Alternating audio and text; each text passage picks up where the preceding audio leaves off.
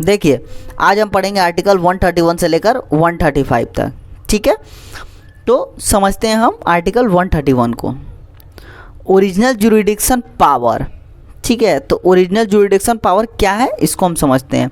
Direct approach to the supreme court, मतलब कि ऐसा केस जो कि डायरेक्ट सुप्रीम कोर्ट में जाता है या जाएगा, ठीक है, उसी को हम लोग ओरिजिनल ज्यूरिडिक्शन पावर कहते हैं, ठीक है।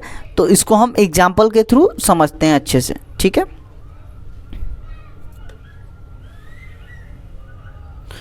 इसमें है कि सेंटर वर्सेस स्टेट का केस, ठीक है, या centre and state versus one state का केस होगा, या फिर मोर देन स्टेट का केस होगा, ठीक है। उसके बाद है बिटवीन द स्टेट, स्टेट और स्टेट का केस, स्टेट वर्सेस यूटिया केस और सेंटर वर्सेस यूटिया केस। ये सारे जितने भी केसेस होंगे ये आपका डायरेक्ट सुप्रीम कोर्ट में जाएगा, ठीक है। उसके बाद है एक्सक्लूडिंग, मतलब कि इसके अलावा कौन सा केसेस है वो जो कि डायरेक्ट सुप्रीम कोर्ट में नहीं जाएगा। अब उसको देख लेते हैं हम थोड़ा।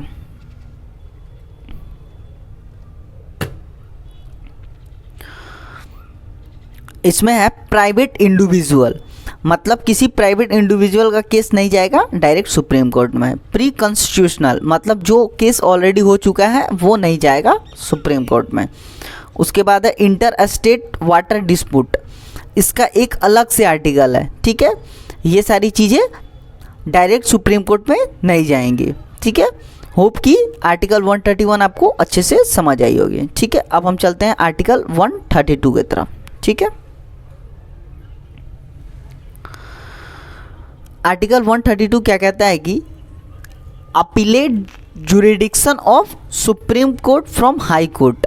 देखिए इसमें कहता है कि ऐसा केस जो हाई कोर्ट के पास जाता है, ठीक है, बट हाई कोर्ट को लगता है कि क्वेश्चन ऑफ लॉ जो है वो सुप्रीम कोर्ट से रिलेट कर रहा है, मतलब कि सुप्रीम कोर्ट को इस केस को हैंडल करना चाहिए। तो वो एक प्रॉपर सर्टिफिकेट बना के सुप्रीम कोर्ट को ट्रांसफ़र करेगा ताकि वो ये केस को हैंडल करें, ठीक है। आर्टिकल 132 भी आपको अच्छे से समझ आई होगी। अब हम चलते हैं आर्टिकल 133 के तरफ। आर्टिकल 133 क्या कहता है कि appellate jurisdiction on civil matter, ठीक है। ये आर्टिकल 132 जो अभी हमने आपको समझाया है कि जो case high court supreme court को ट्रांसफ़र करता है, वो अगर केस सिविल मैटर का केस हुआ तो आर्टिकल 133 में जाएगा, और वो केस क्रिमिनल मैटर से रिलेट किया तो वो आर्टिकल 134 में जाएगा, ठीक है।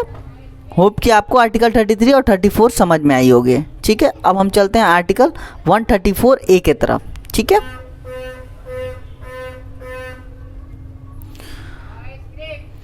आर्टिकल 134A कहता है कि high court must certify to appeal in supreme court. देखिए ये भी आर्टिकल 132 से रिलेटेड है।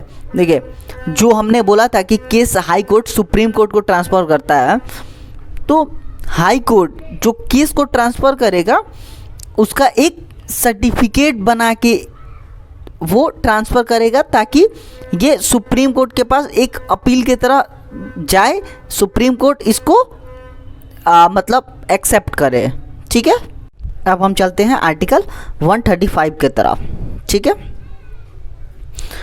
आर्टिकल 135 क्या कहता है कि power of federal court transfer to supreme court, ठीक है। मतलब कि जिस टाइम हमारा कॉन्स्टिट्यूशन नहीं बना था उस टाइम एक फेडरल कोर्ट भी हुआ करता था, ठीक है। वो भी अगर लगता था कि जो हमारा केस ऑफ लॉ है वो सुप्रीम कोर्ट में जाने वाला है तो वो भी सुप्रीम कोर्ट में ट्रांसफ़र कर देते थे, ठीक है।